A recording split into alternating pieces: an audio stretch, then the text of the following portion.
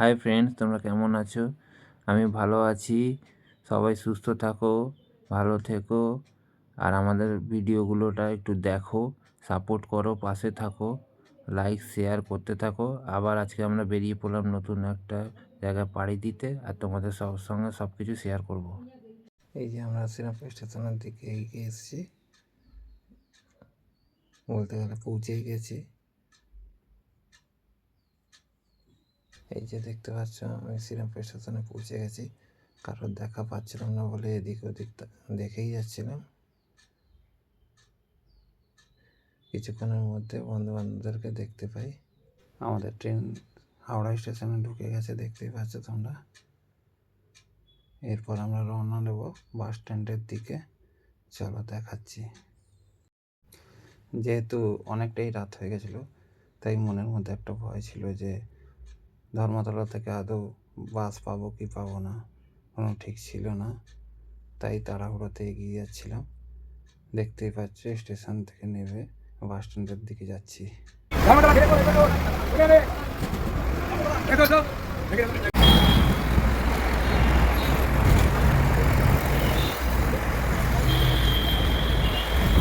Howrah bus stand থেকে বাস ধরে আমরা ধর্মতলা বাস স্ট্যান্ডে নেমে পড়েছি। আস্তে আস্তে বাস স্ট্যান্ডের দিকে একটু এগিয়ে যাচ্ছি। দেখতে পাচ্ছ মুখ চোখের কী অবস্থা, অনেকটা রাত হয়ে গেছে। খাওয়া দাওয়া করেই বাড়ি থেকে বেরিয়েছিলাম। দীঘায় যাওয়ার বাস যেখান থেকে বুক করা হয় সেই জায়গাটা দেখতে পাচ্ছ কতটা ভিড় রয়েছে, কতটা ক্রাউড রয়েছে। সবাই 31 ডিসেম্বর আর 1 জানুয়ারি দীঘাতে এনজয় করবে বলে সবাই দীঘার বেরোনোর জন্য পুরো উল্লাসে ফেটে পড়েছে বাস স্ট্যান্ডে।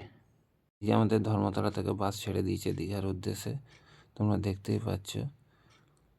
আর বন্ধু বান্ধবরা যে কী উল্লাস করেছে, আনন্দ করেছে, সবাই মিলে আমরা হই হুল্লোড় করেছি। বাসের লোককে ঘুমোতে দেয়নি।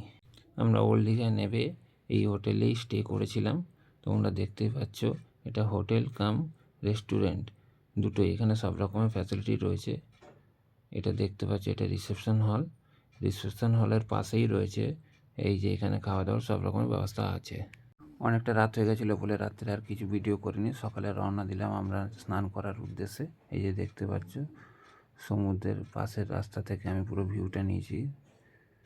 খুবই ভালো জায়গা, খুব আনন্দ করলাম আমরা। সি বিচে চলে এসেছি। সি বিচের ভিউজগুলো তোমাদেরকে দেখাচ্ছি। এই সমুদ্র সৈকত সবাই স্নান করছে, দেখতেই পাচ্ছ ঢেউয়ের কতটা রমরমা। তোমাদের ভালো লাগলে তুমি জানিও। জীবন্ত জেলিফিশ।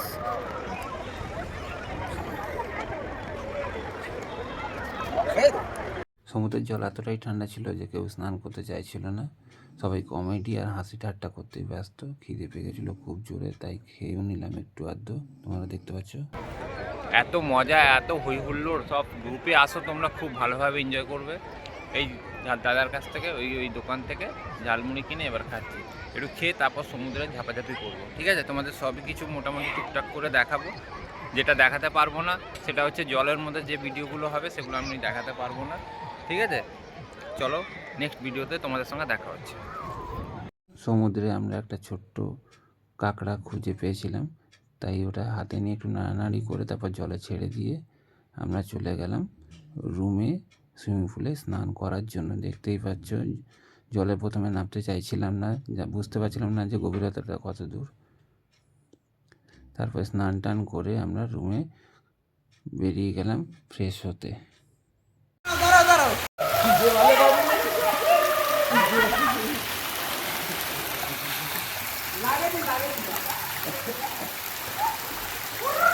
বন্ধুরা, তোমরা বলবে হোটেলে গেলাম, থাকলাম, কিন্তু ভেতরের ভিউটা দেখালাম না।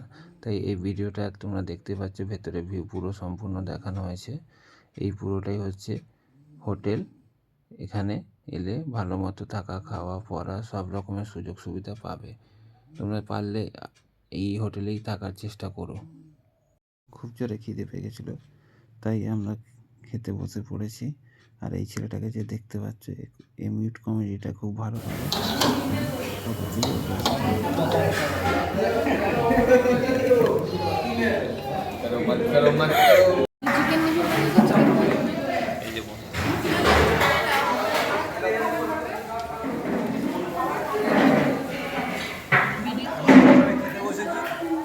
এই যে আমি খাচ্ছি এখন, এই যে ডিম অর্ডার দেওয়া হয়েছে, ভেজ থালি দেওয়া হয়েছে, সবাই এখন এই যে আমি একটা বাইট নিয়ে দেখাবো, দেখো দেখো এই এই